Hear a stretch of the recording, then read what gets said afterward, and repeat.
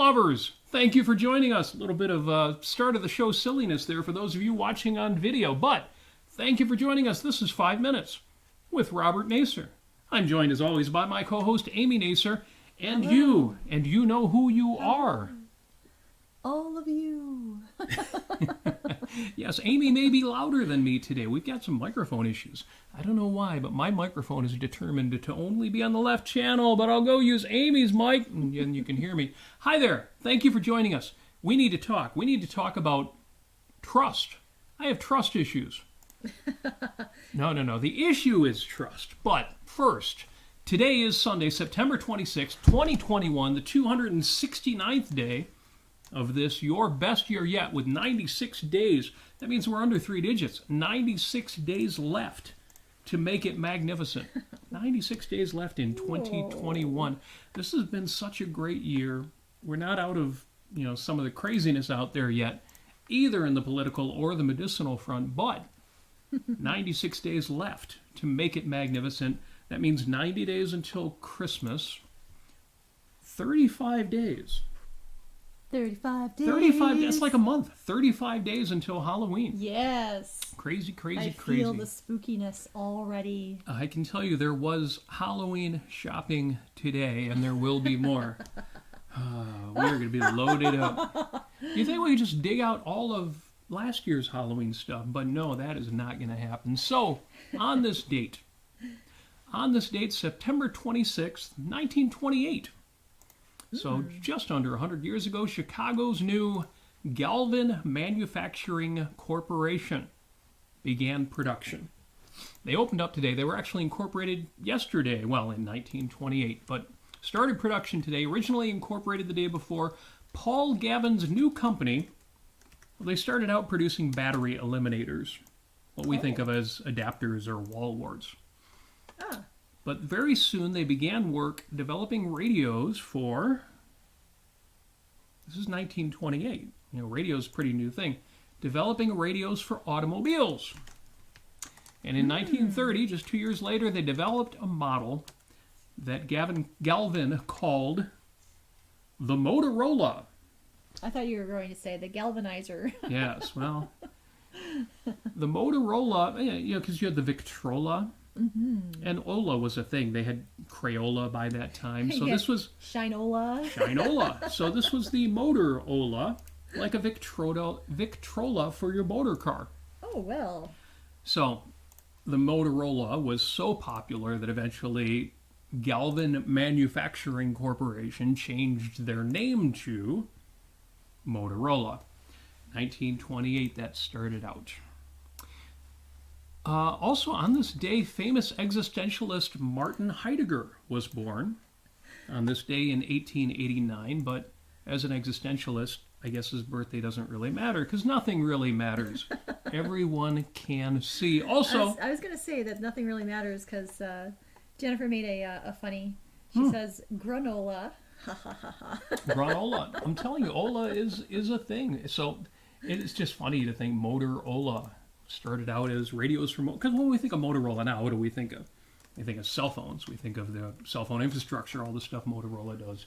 Now in 2021, but they started out as Motorolas. They started out as motor car Victrolas, which to me is kind of cool. Actually, to me, it's really cool, but people know how geeky I am. Mm-hmm. I'm sure the 32-bit unsigned individualist is out there right now thinking, yeah, that's cool. Yeah, speaking of that, I want to give a shout out to those on the YouTube. Yes. We've got Bonnie, Scott, and Patia. Outstanding. We are working on getting our YouTube numbers up. So thank you for watching. Thank you for getting that view count up. Yeah. If you're up for it, give us a like. If you like it. I mean, if you don't like it, then like it anyway. Lie for us. But give us a share. Give us a subscribe. All the things. Hit the little flag and the bell and the little rubber ducky and whatever else they've got on YouTube. Thank you for hooking us up. We've also got some good comments coming in already on Facebook Live. Thank you for that as well. Also, September 26th, 2020. How did I say 19? God, am I old? 19 just rolls off the tongue. The 1900s. Yes. It was funny. Somebody mentioned, what was it, mixtapes or something? I forget. So yeah, I did that back in the 1900s. Back in the 1900s. But no, today, September 26th, 2021. September 26, 2021 is Love Note Day. Okay. It is Love Note Day now. Oh. We did an episode 2 weeks ago called How Do I Love Thee? Yes. How do I love thee? Let me count the ways I love thee to the depth and breadth and height my soul can reach when feeling out of sight for the ends of being an ideal grace. I'm not going to read the whole thing again. I did that 2 weeks ago. Listen to that episode if you haven't already. But today is Love Note Day. I was very surprised to, before the show, go into my vanity mirror and see quite a splendid and delightful love note. I thought it was woefully inadequate. But if all you've got is a scrap of paper or a Post-it note, whatever it takes, and if you don't have a sweetheart right now in your life, write a love note to yourself. Yes. And call your parents, call your kids, call your friends. Make that thing happen. It is Love Note Day, which takes me back a week or two. Not just to the How Do I Love Thee episode, but I want to take you back with me.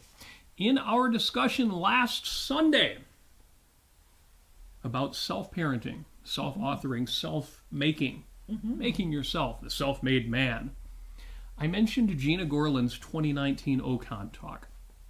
Earning your own trust, the psychology of honesty. And I'm sure you took my advice, went back and listened to that. Earning your own trust, the psychology of honesty.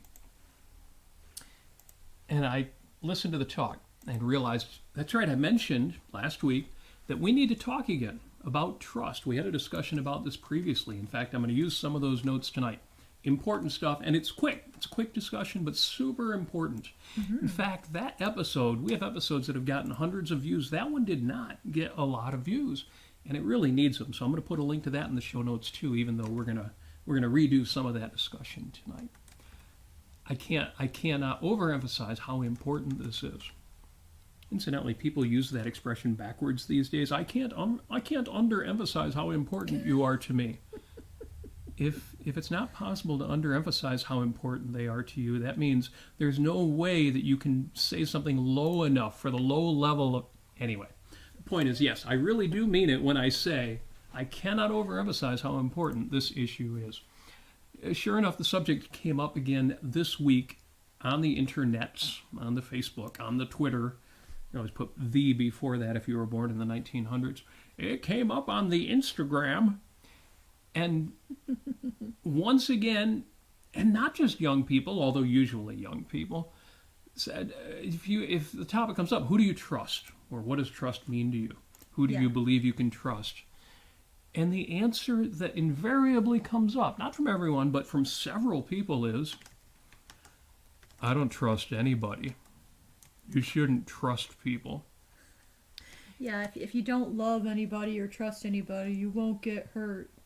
Well, I don't know about love, but yes, trust gets that answer. I don't get that answer when I talk about love, but I get it when I talk about trust. And I realized, since a few weeks ago we did an episode of Life on Earth called Blind Followers or Blind Rebels, and the obvious false alternative there. It's the same thing. It's the same with the issue of trust. It's brought that same false alternative to the fore. When you say to somebody, who do you trust? And the kids, or even a few older cynics, will say to me, I don't trust anybody. In the better case, what they're really saying is, I don't trust anything blindly. I don't trust anything without thinking. I don't trust anything unconditionally or out of context. But the problem is that they never say, well, here's what I do trust, or here's what I do believe. And you can tell it by the things that they do say. There are some people who are just cynics, and they haven't replaced that refusal to blindly trust with actual trust. So I thought on Love Note Day... Yes, Love Note Day. On Love Note Day, it would be a good day to rediscuss, to talk just a little bit more. We're not going to go real long today. This will be pretty quick. But to talk about trust. And who do you trust? And for me, well, I'll do the definitions real quick, but Yeah. The really good part, the interesting part And comes we right can after also that. talk about some folks in the comments on YouTube and Facebook. So what's going on in the comments section while I look up my definitions here? Well, Brian says, hey there, Brian. Trust, knowing I can depend on someone or something to function as I expect it to. Okay. So Yes. Expecting. Yes, some of those comments came on the original thread, and I'll read a couple of those because they're great. Just because they're great. Okay. Scott Schiff, for example, mentioned the Billy Joel song Honesty. I hope people don't mind me using their names, but this was a public thread that you were commenting on. So I'm going to take that. He mentions honesty here, too, right now. Yeah, great song, and great to listen to in this context of, honesty, mostly what I need from you. This is a need. This is something people need, especially from people, as the song implies, people that they value. I don't necessarily need that from people I don't value, although honestly, there are very few people I don't value, and we're going to talk about that too. We think about trust as in the people who are most important to us because, as the song would suggest, those are the people it's most important to be able to trust. Mm-hmm. But I trust most people, or at least most people I deal with. We'll talk about that. Yeah. Narendra said, I see a person fairly and trust him or her to be that person. That gets a little to this broader question I want to get into. Carrie mentioned myself. Is that a valid answer? Which, of course, it is, and we're going to talk about that as well, although I would hope we'll get you to the point where you trust more than just yourself. Petya says, I trust people with the same values as mine. Now we're getting into the grounding, the reasons to trust people, and that's excellent as well. Mm-hmm. Emily says, trust is one of the most loving, intimate acts. And that's absolutely true. In fact, she says, truly lofty and beautiful. Now, when we get into the evaluation, how important is trust? How valuable is trust? How good is trust? Then it can seem a little more floating, but really it's not. Emily's absolutely right, and we're going to ground this stuff. Angel or Angel said, trust is reserved for people who have proven themselves to be honest and reliable. Exactly right. Exactly right. Henrik mentions when he was in elementary school, he was a bit of a loner and trusted adults more. I know that feeling. I absolutely know that feeling. Yeah. He tells a great story about that. Look at that in the comments. And there are a few other great comments here. Ken Joran says, people that have proven themselves both honest and knowledgeable in their fields. Now that's controversial. We may get in that toward the end. Knowledgeable in their fields. When it comes to experts, who do you trust? But first, let's ground that. Let's tie this to reality. Let's actually say what we're talking about. Yeah. So what is trust? I start with the Oxford dictionaries. Trust is 1, the belief that somebody or something is good, sincere, honest, etc., and they will not try to harm or trick you. Number true. Listen to me. It's Number true. 2, it's true. The belief that something is true or correct, or that you can rely on it. So they always jump to this reliance. You're relying on this thing. And I want to step back before we even get to that point, because I define trust, and by the time I'm done, you'll define trust, as to know someone well enough to have confidence in what they will or won't do.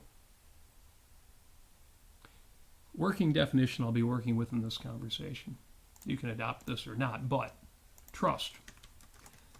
To know someone well enough to have confidence in what they will or won't do. See, I've been told in response to this that, well, trust is a choice. You choose whether to trust somebody. Because thought is a choice, cognition is a choice, that's undeniable. But it's not an arbitrary choice. Properly, it's a choice made dispassionately based on knowledge gained by experience. You trust someone not because you hope they're trustworthy or because you have faith in them, but because you have reason to believe that they are trustworthy. Trust is a kind of knowledge. And it's unique because it's an evaluation of character. So surprises are possible, People have free will and they can surprise you, but what's the difference between virtue and character? Well, character is virtue over time. Mm-hmm. Character is the psychology, the soul, the spirit that you build. The reason why people rely on you isn't because you did the right thing yesterday. People rely on you, rightly rely on you, trust you, because they know you have done the right thing repeatedly and over time. That's what character is, as opposed to being good in the moment. So when it comes to trust, the point is that you know as much as you know. And you have to, or we could say you get to, act based on that knowledge. To extend your trust to someone is a judgment based on knowledge of their past actions. Because their actions are volitional and value-laden, there's powerful spiritual, psychological, emotional components in trust. Yeah. But at root, underneath all of that, underneath all the values and the emotions and the extension of trust, you have to have, for it to really be trust, you have to have enough knowledge to have reasoned confidence in what a person will do. Yeah. Reasoned confidence. Reasoned confidence. In other words, evidence of their past performance, Okay. evidence of their past choices, of their past virtues. So we do have some comments to read, Good. but if you'd like to keep No, going with that. Bring on the comments. All right. So, Jennifer says she trusts that the sun will come out tomorrow, or will rise tomorrow, I should say. Is that a form of trust? No. But, metaphorically it is. You are trusting your own knowledge about the sun. So you're trusting yourself in a way? Yes. So trust is usually only within the relationship to other people or to yourself. In other words, it's a human value that pertains to man-made things rather than the metaphysical kind of thing? Yes. Okay. Again, you can extend to the idea of trust. I trust that my bicycle won't break down because I know that it's sturdy. Yeah, because you built it. Yes. Tonight we're talking about trust in the moral sense, in the Right. volitional sense, in the man-made sense versus the metaphysical sense. So the word I would use to describe the sun coming up tomorrow is not trust, but confidence. Mm-hmm. Because trust has a moral component. Yeah. When you trust somebody, you are giving them a positive evaluation. And the moral element isn't your choice to trust them. Again, that's just knowledge on your part. That's just your best evaluation of them. The moral component is them being trustable, being trustworthy. Yep. Them being a sturdy bicycle that you can rely on. Yes. And Jim has a nice way of saying it. There's trust and then there's relying. I can trust a person who does not expect me to take them on faith in whatever they say to me. I can rely on someone who does what he or she has promised to do for me. Okay, that's a little bit different. So it's trust in regard to statements versus reliance in regard to actions. Yes. That's interesting. It's an interesting way of thinking about it. I don't make the distinction that way, but there's nothing wrong with thinking about it that way. Sounds reasonable to me. Yeah. The first thing to end trust in a relationship is to say, take it from me. Just believe what I'm saying. Who are you going to believe, me or your lion eyes? That's why this concept, unfortunately, it's a football that people drop. You might trust somebody because you wish to believe they deserved the trust, and that, of course, that fails, and you learn that you were mistaken going on faith. No, you learn that you shouldn't trust people. Of course, you shouldn't trust people. You might want to trust somebody to be charitable, or out of love, or guilt, or other motives. There are reasons why people extend their trust, which again, because trust is a kind of knowledge, comes down to lying to yourself, comes down to trying to fool yourself. If you've made that connection loosely before, if you've extended trust that didn't warrant, forget the word deserved, because you take the moral component out of it for a moment. If you extend the kind of trust that didn't warrant being extended, it will fail. It's not, oh, I didn't grant him enough trust, or not even that he didn't deserve my trust, but I was simply mistaken in extending it. Start with the facts, determine the truth, then make the moral evaluation. Again, one of the reasons why people drop this concept is they start with the moral. They want to believe, well, this is a good person, therefore he won't start drinking again. Therefore he won't ever strike me again. Mm-hmm. They want to go with the moral realm when trust is something you know about somebody. Trust is knowledge. Trust is facts. If you can do that, you will never become suspicious of the concept trust again.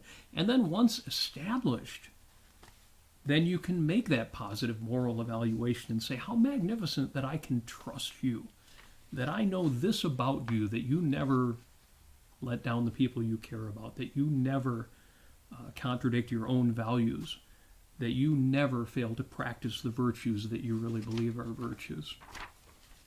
But it's not about values and virtues at root. It's about what you know about that person and whether he exercises his values and virtues. That's why character transcends the moment. Right. We talked about this before. Harry Binswanger has made the point, I think Leonard Peikoff has too, that a fundamentally good and honest person is essentially incapable of murder. Mm-hmm. I mean, he could kill somebody if a situation called for it, but he could never just become evil. Right. Just like a fundamentally evil person can't, just because of free will and on a whim, decide to suddenly become virtuous. His turnaround will be slow and painful and difficult, and it can happen over time. But character is more than just what you do in the moment. Character are those habits of virtue that extend over time. Over time, yeah. Marius in YouTube land, thank you, Marius. He says character is your full virtue set. That's true. That's true. It's in other words, that actually gets into the issue of compartmentalization and how that makes you disintegrated. Yeah, well, I'm honest because I never tell a lie, even though I have no integrity. Yes. Yeah. So, it's character is acting on those virtues over time. Over time. And again, it's got to be over time, and this gets into both philosophy and psychology, but I think most of us can see that without delving too much into philosophy and psychology, that anybody is capable of doing a good thing. There are very few people who are so spiritually damaged that they're not capable of a good thing or a grand gesture. But for it to be reliable, for it to be something you can trust, it needs to be over time. Time isn't the only element, and I think the point of bringing up the virtue set, the whole set of virtues, is important. Yeah. But time is absolutely necessary, even though it's not the whole story. It's really broadest context. Right, and Marius also says, I usually have to make corrections over time by reference to those more to those more honest and discriminating. So, yes, you do make, you do, judge people over time to see how consistent they are, and whether or not those virtues that you do see in them objectively right now are actually going to be extended out into the future, and if they keep being integrated with those virtues. Yes. So the last time that we talked about this, having established that trust is a kind of knowledge, we also talked about the concept of forgiveness. And the reason is they turned out to be intimately related. So I'm just going to mention that. I'm going to go through forgiveness really briefly. The relationship of trust to forgiveness plays out in reality just the same way. Trust is a type of knowledge. The relationship, including the ways that uncertainty, confidence levels, volition, and emotions affect the way trust plays out in reality, apply exactly the same way to forgiveness. To forgive somebody, what does that mean? To forgive is to know that someone has realized and accepted that they've done wrong, has atoned for the wrong where possible, and is unlikely to commit the same wrong again. all of those are necessary. If any of those are not in place, forgiveness is inappropriate and is really a lie to yourself. Because again, forgiveness, even before you get to the values and the emotions and the extension of forgiveness, forgiveness is a type of knowledge. To forgive, if that sounds crazy, forgiveness is, what do you mean? Forgiveness is something you know? If that sounds crazy, again, to forgive is to know that someone has realized and accepted that they've done something wrong. Well, that's something you know about somebody, that they've realized and accepted that they did something wrong. Okay. That they've atoned for the wrong where possible. Well, that's something you find out, something you know, that they did atone and they made up for it where they could. And is unlikely to commit the same wrong again.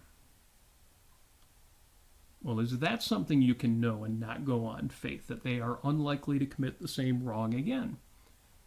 Yes, based on, again, that they have accepted they did wrong, that they've made up for it where they could, where they've explained to themselves and said, yes, I understand what was wrong about it. And then, at what point you know it's unlikely for them to do it again depends on their character. And that's a judgment that you've got to make. But again, it's a type of knowledge. It's not, you're never going to have a 100% confidence ratio on that. You're just going to know that they are unlikely to commit that same wrong again based on what they now know and what they've done about it. So as with trust, you can extend forgiveness beyond this rational analysis. But on some level, it's a lie. You don't make a wrong into a right simply by saying, oh, that's all right, I forgive you. Right. Yeah, there has to be some kind of action going on. There needs to be a statement of atonement. Yes. There needs to be recompense where possible. Yeah. And there needs to be a commitment to change that you can now see in action. Right. It needs to be knowledge. You need to see, oh, okay, this person now should be forgiven by me. Mm-hmm. Yeah, and it is possible to objectively say, at least at the time, objectively, to say, I have seen this person atone or make amends for their mistake, and I judge, just from judging from what I knew about them previously, before the mistake, or before the wrongdoing, or whatever, I can say that they understand it, and I have confidence in them that they'll actually take that and make whatever it is, honesty habitual, integrity habitual, whatever they need to do to basically correct their behavior in the future. Yes. Yep. So there is a way to get forgiveness wrong. And, on the emotional side, while you might let go of a grudge or resentment, even though forgiveness isn't justified, the fact remains that in this case, the action was not properly forgivable. Your forgiveness is unreal. And the consequences are the same as any other lie to yourself. Yeah. You can't extend forgiveness where it's not warranted, where it's not earned, where it's not based on the facts of reality. And where it's not understood between the two people. I mean, it's yeah. So we have some more comments here. Yes. Scott in YouTube land, he keeps throwing out, coming at us with the lyrics. So that's really awesome. Let's see, what did he say here? I just believe in me, Yoko and me. That's reality. Wow. Yeah, if you've got a Yoko Ono in your life, that goes beyond all reason, so you can kind of get away with anything at that point. Give me just a little more time, and our love will surely grow.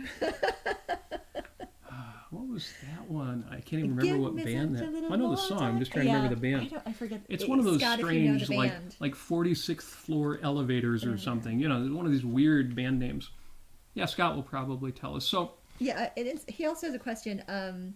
What about where neither side believes they're wrong? What about where neither side believes they're wrong? It doesn't matter. Yeah. If the other side doesn't believe they're wrong and you know that you're not wrong, and assuming there's some conflict there, then that's easy. You just walk away. Now, sometimes you can't walk away, or you don't want to walk away and you want to resolve the issue, but then that's the beginning of the conversation, not the end of it. Mm-hmm. If you can't come to some kind of agreement, then yeah, there's no way to work together. And you can say, well, I mean, it's the, there's one of two things happening.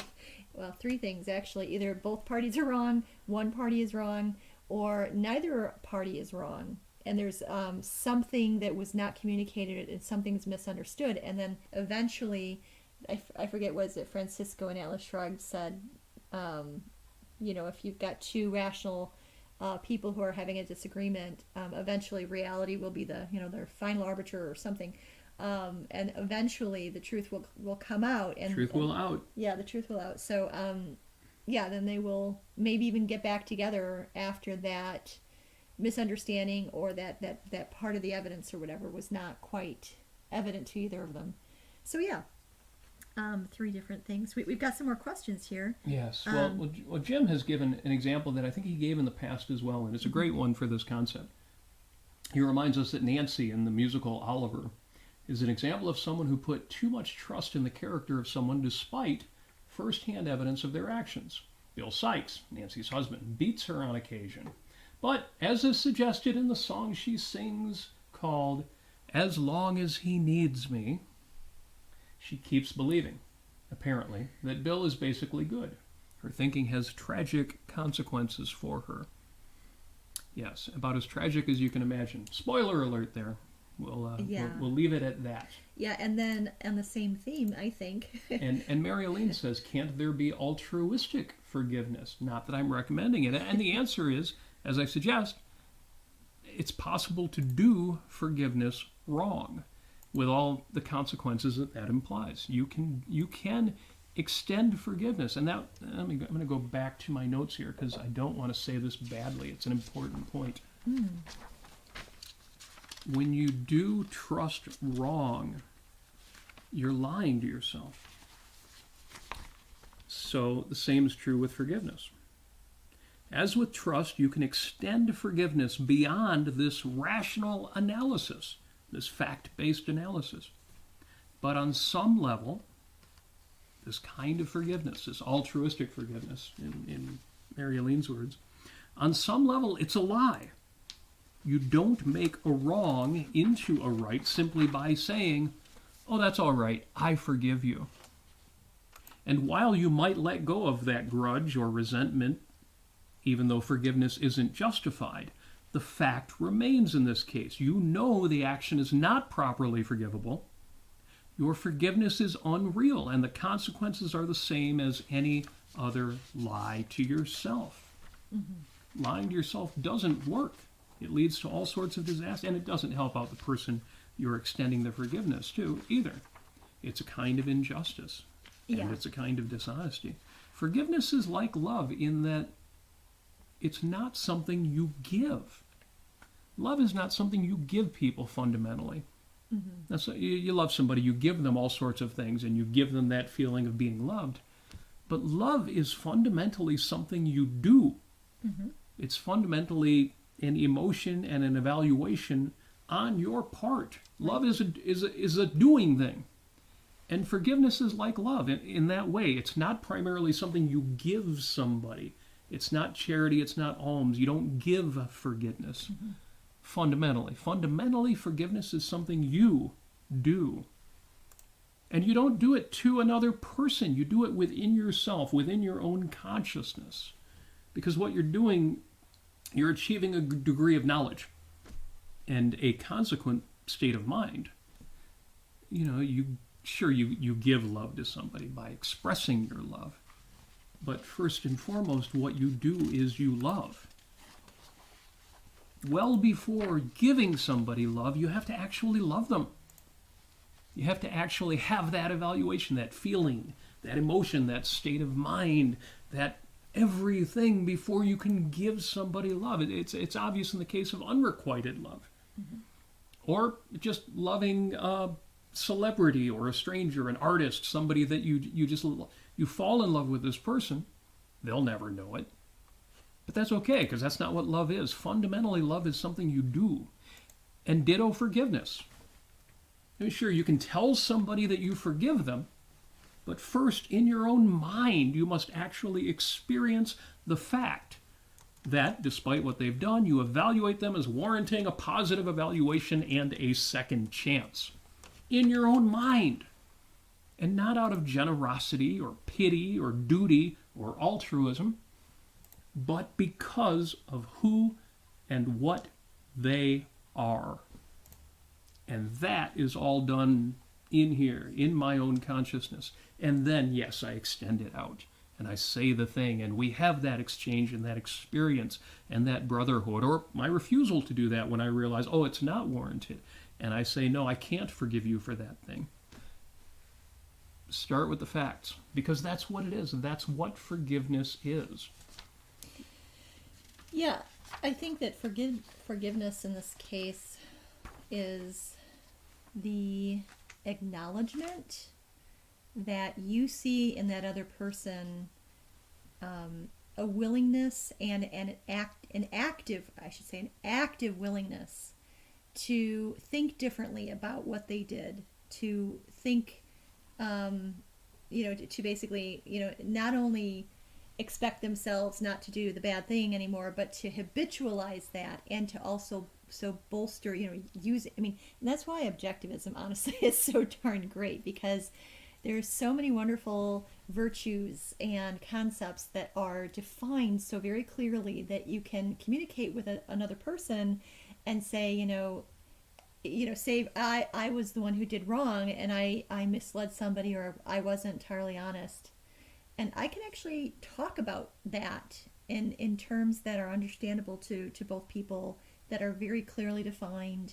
And then you can see me as somebody who will forgive, or will make that note in their mind that, yes, I, Amy, am now worthy of forgiveness. I'm worthy of a second chance. I'm worthy of, yes, this person is now on my trusted list. Yeah. Now, I'm glad you mentioned the expression second chance. Because when we talk about extending trust or extending forgiveness, that usually carries the implication of extending it beyond what's warranted. And you can do that if you're willing to acknowledge that's what you're doing. You can give people second chances. And many times you should do that. Mm-hmm. But I don't regard that as forgiveness, and I don't regard that as trust. What I regard that is an extension of trust, or an extension of forgiveness. Now, why do I? Is that just words? Is that just No, that's important to know in your own mind, that I'm giving this guy a second chance. I know, and I'm willing to say to him, you might let me down again. Mm-hmm. But I'm giving you another chance. I believe at least that much is warranted. And the reason why I think of that is because Marius mentions in fiction, in this case in Star Trek, on Enterprise, and I've seen this all throughout Star Trek. I think DS9 was less bad in this regard. That's why we love DS9. But we love DS9. We love But all throughout Star Trek, and especially, starting with Next Generation, all sorts of instances of altruism and of forgiveness that was unwarranted. And, the really heartening ones are when it all works out, but half the time it doesn't work out. The person, for the same reasons that he betrayed everybody in the first place, he betrays them again, because that's who he is. If it's a well-written show, that's part of his character. If it's real life, that's also part of his character. So yes, when you extend somebody a second chance in a particular context where you can afford to take the knocks if it goes south again, that's what you're doing. Don't lie to yourself and saying, I'm going to pretend that the bad thing never happened, and so I'm going to give him a second chance and believe in him. Now, it doesn't mean that you start the relationship again and say, well, I don't really believe in you, but I'm giving you a second chance. Obviously, that's not how you're going to present it, but that's what you know in your own head. You don't lie to yourself. Ideally, you don't lie to him. You just let him know, well, I'm a little suspicious now, but I'd love to see you come through on this. So I think the show is going to get a little bit longer than we expected. So no, thank I'm you. Done. No, because we have so many wonderful questions. What do we and got? Comments Bring them on. here. We need YouTube to give us the super chat feature. That's what we need. So hi there, Emily. So Emily has gotten some interesting advice from people saying, you should forgive those people who have hurt you in the past.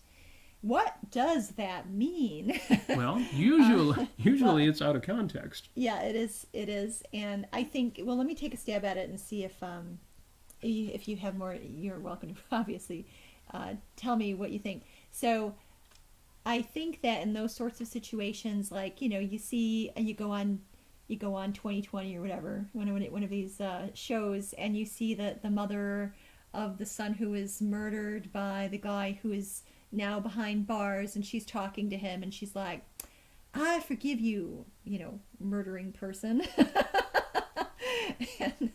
and you're like, what is that about? And so there is a different concept involved psychologically, I think.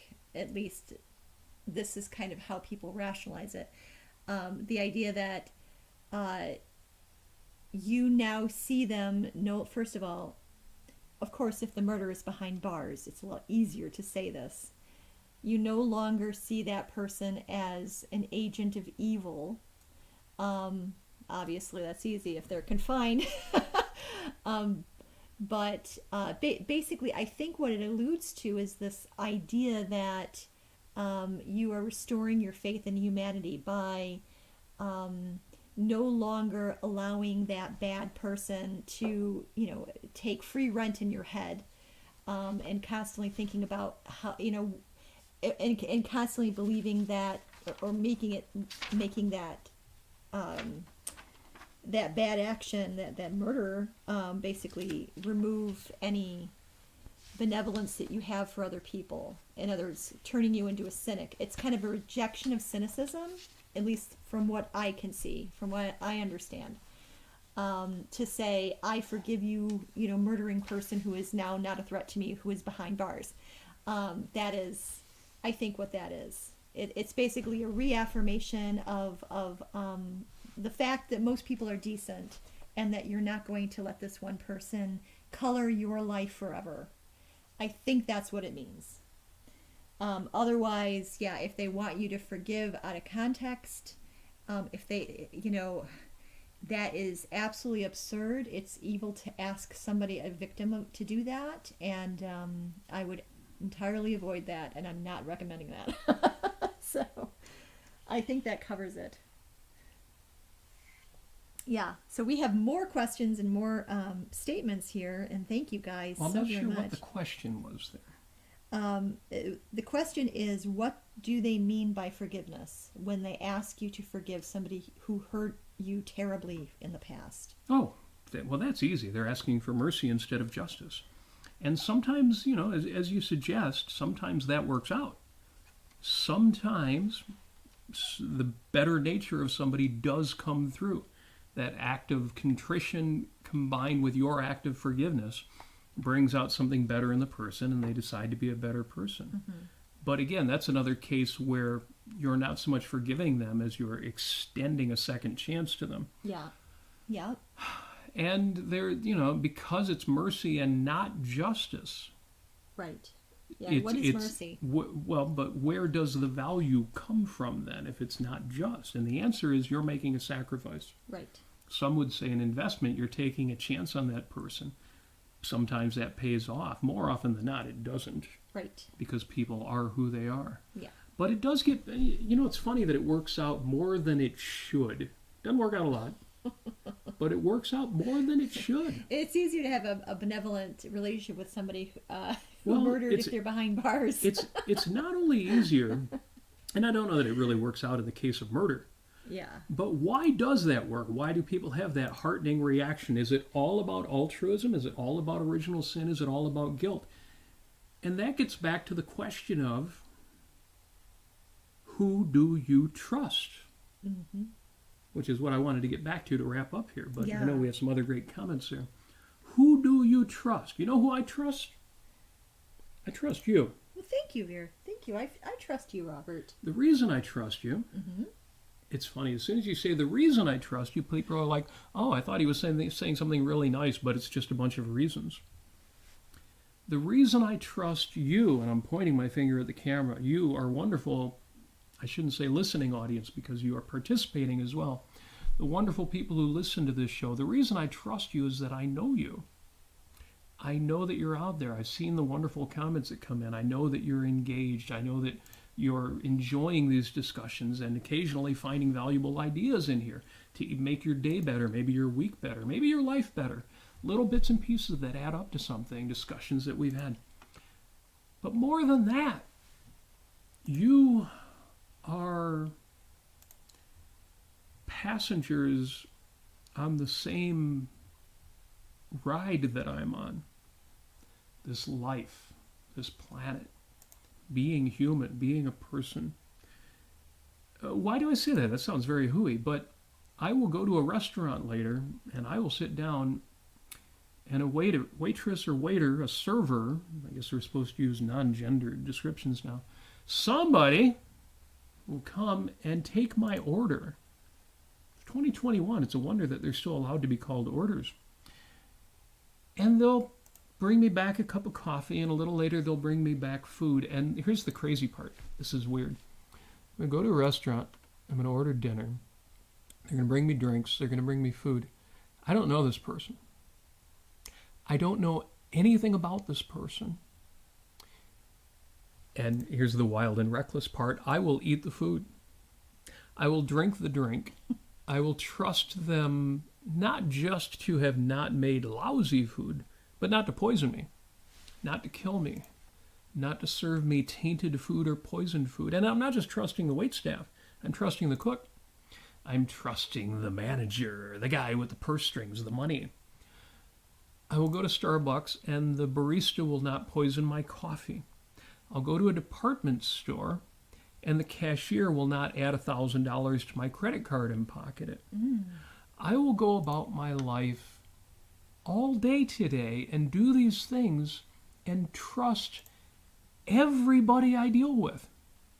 I will drive down the freeway at speeds that are surely within the speed limit, but incredible rates of speed, may or may not be below 70 miles an hour, right next to people who are doing the same thing. Yeah. And I will trust them to stay more or less out of my way. I'm a defensive driver. Watch out for the few reckless people out there, but I'll be on an undivided highway going 70 miles an hour. Somebody coming at me in the other direction, you physicists know this 140 mile an hour crash. Whatever. I'll count on them to stay on their side of the line. I'll stay on my side of the line. I will trust people everywhere, all over the place, all day in 1,000 different ways. Yep. So when some crazy victim of some crazy crime finds that it restores her sanity, her benevolence, to reach out to the culprit in a way that really is unjust, that really does extend more mercy than justice, I'm not surprised that every once in a while this terrible person finds that bit of normalcy or humanity or something in him, that bit of reality, and turns himself around. I don't advise it. I don't necessarily admire it, but I can see why those stories are heartening, because most people that you deal with all day, every day, and it's crazy because like half of them are Republicans and half of them are Democrats. And not quite half, because like 3% of them are libertarians, really crazy people. Some of us are independent. It actually doesn't matter what side of the aisle is on, if all you're counting on is for them to make you a really good cup of coffee. It's the most amazing thing. It gets back to our episode on benevolence, but that basic trust that is rightly and rationally and necessarily extended, unless you're a hermit, is well warranted. It is knowledge. I'm 57 years old, and I have 57 years, call it 47 years since the first time I took myself out to eat. I have 47 years of knowledge, of evidence. I know how often I've gotten food poisoning from a restaurant. I'm not going to say it's never happened. Compare that to the thousands and thousands of times I've gone out to eat. So, there are bad people out there, and you need to protect yourself from them. Yep. But your trust in most cases is well warranted. So that was kind of a long answer to, oh, what about this gal who wants to forgive this guy who's in prison? What the heck? There's a reason those things are happening. There's a reason why in the best cases the stories are heartening. And there's a reason why some of us are outraged at that at the same time. Right. So what else do we have in the comments since I'm running longer than expected? Gracious. I mean, I can see a lot of really good ones. I just want to sing to Holly, happy birthday to you. Happy birthday to you. Happy birthday, dear Holly. Happy birthday to you.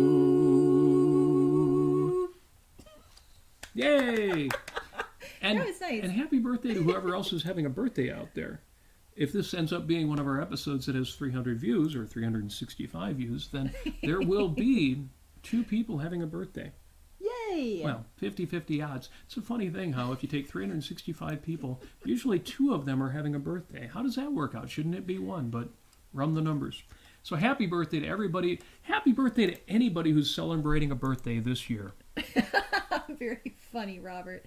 But yeah, no, this was a wonderful get-together here. Yes. And I really appreciate all the wonderful comments and questions that you all had. So my assertion this is just wonderful. Trust is a concept. It is an evaluation based on facts. In that sense, I say it's a type of knowledge. So who can you trust? Day to day and in unimportant things, almost everybody. Who do you trust? That's a question you should ask yourself. Yep. Because there are people out there who think, well, I don't really trust anybody. And that's just not true. Even the most hardened cynic, unless he's a hermit, he has a better answer if he thinks about it to the question, who do I trust? And who should you trust? You know, I posted this online. These are my questions. Who can you trust? Who do you trust? Who should you trust? Who do you know enough about to be able to say, well, I don't necessarily trust this guy with my life, but I do trust him with my car, or at least to repair my car, auto shop. I do trust him with this, that, and the other thing. And it's worth knowing that because it changes your view of the world to remind yourself every now and then, oh yeah, I do have a functional relationship with 1,000 different people out there over the course of a year. It's amazing.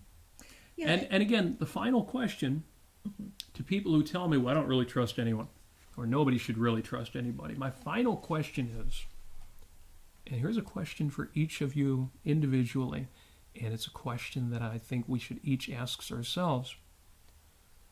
Who can trust you? Who should trust you? And in all the ways that I've talked about, running the gamut from my barista to my waitress to my cashier to my auto mechanic, and on a level deeper than that, because here we're actually talking about stuff that really, really matters, I trust you. And I hope you trust yourself in just the way Gena Gorlin talks about, that you have that inner honesty, at least with yourself. But I trust you. Beautiful statement, Robert. True statement. True statement. That's knowledge right there. That is knowledge. I ain't extending my trust to anybody. I'm just looking out there and saying, God, these are good people. I do trust them. So that is what I wanted to say about trust this week. My Post-it note for the week, because every week I try to have a Post-it note, put it up on my mirror to remind myself. This is kind of crazy, and it's kind of hard to see on the camera there, but my Post-it note for the week says, trust yourself. You've got this. Well, it seems kind of obvious related to the talk we had, but I actually have a specific context for this, and there's a reason why it's written, as those of you watching on video can see, on a blue Post-it note. Trust yourself. You've got this. Because it's autumn. In fact, as of this Sunday, this show right now, just earlier this week, and not true last Sunday, it's officially fall. Yay! The autumn season is here, and autumn is great. And we're in Michigan. Wonderful. In Michigan, you actually have 4 seasons. Winter, spring, summer, and autumn. I always say autumn instead of fall, not only because I like the word, but that way every season has 6 letters, and you can do all sorts of fun with that. Maria says, do I need blue? You don't necessarily need blue Post-it notes, but you know I've advocated everybody should have a variety of Post-it notes available. Post-it notes are amazing. I used to hate them. I used to think they were kind of dumb. And since I found out all the things you can do with Post-it notes and your own mind, your own consciousness, reminders in places you need reminders, and they're great because you can treat them like they're free, which I recommend you do. Buy enough of them so you don't ever think about the cost. And just write things. It's amazing what you can do with Post-it notes. But anyway, yes, my blue Post-it note, Trust Yourself, You've Got This, is in recognition of the fact that as wonderful as autumn is in a state with 4 seasons, and the leaves change colors and the animals act all crazy getting ready for winter, and it's fun to watch them, and you can go outside without sweating to death. As wonderful as the autumn is, there's also a risk as you watch the days get shorter and colder and darker. There's the risk of autumn blues. So I've got my blue note to remind myself, trust yourself, you've got this. We did an episode last year called Autumn Blues, in which we shared a number of things to do to get around the autumn blues. Not to deny them, don't repress your emotions, but just to make the autumn a better time. And I'm going to go back and listen to that episode again, because I've got this. And you've got this too. I'm sure you've got your own methods of dealing with the shorter days, shorter seasons. You may be in a climate where that's just not an issue, but if you do, I know you've got this too. And if you need any additional advice, listen to that show of ours, Autumn Blues, from last year. Yeah, prepare your happier, darker days in advance so that you are prepared for when you have those blues. Yes. Emily says, don't be the bringer of bad news. It's too cold up here. And I'm only bringing that news by, what's the word I'm looking for? I was going to say contradiction, but that's not right. I'm only bringing it up as a contrast to the fact that, Emily, you've got this. And I've got this too. We've all got this. And I'm not talking about COVID. We've got the means. We've got the ways. We've got the ways to cope with the challenges that are coming. And maybe I should have been more specific when I said you've got this. But I know you've got this. So that's my Post-it note for the week. That will be up on my, I think that'll be on the downstairs studio mirror this week. That will be a good place for this one, because I need to listen to that episode again. We may even do a reprise of it if it was good enough. You know, I couldn't resist redoing the topic of trust. It's interesting to me that we have these discussions, and then, you know, a year later I talk to some new people, and they need this information too. Lord knows I need to remind myself of this information. It's always good to keep your mind going with good ideas in your head. Why do I talk about the stuff I talk about? And the answer is, I need these conversations as much as anybody out there. So thank you so much for joining us. This, to me, was a valuable discussion. I hope you enjoyed it as well. And that's all I got tonight, except to remind you that show notes will be posted within 10 minutes of the end of the episode in the show comments. You'll see that both on YouTube and on Facebook. As always, if you want to find past episodes of the show and other interesting notes and links, you can find them all. Links to all of that on my YouTube page, which is linked right at robertnasir.com. If you go to robertnasir.com, you'll also find links to our Patreon and PayPal pages. Thank you so much to all of you who are contributing. Thank you. We're at a new high this month. We need to get those numbers up, but it's higher than it's ever been, and I appreciate it. Thank you for that. You folks who are contributing to the show, you know who you are, both the one-time contributions and the Patreon ones. You can also find the link to our 5 Minutes with Robert Nasir Facebook group, where you can post suggestions for future episodes. Yes. As I'm coming into the fall season, it kind of changes the kind of episodes that pop into my head, but I want to know what you'd like to talk about as well. What's on your mind? Share that with us. And unless there are any other comments we definitely should respond to, like right now orally and not later typing it in, because I will be answering some of these comments later as well, then I think that's it. I think that's a wrap. And it's been 5 minutes plus a bunch more. And so thank you so much for joining us. Thank you for your patience. Thank you for being part of the conversation. Lots of comments tells me we at least hit a few of the right notes. There was hopefully at least 5 minutes of goodness in there. Thank you so much. As always, we wish you success. We wish you happiness. We wish you flourishing. And we wish you the knowledge that you can trust almost everybody you meet. And the ones you can't trust, knowing who you can trust helps you know who you can't trust and what to do about them as well. So keep your trust objective. Trust people when they deserve it. then you know who not to trust when they don't deserve it. That is what I wish for you. And as always, every week, and maybe tonight more than ever, as the days are getting shorter and you need it, at least we need it, we wish you love.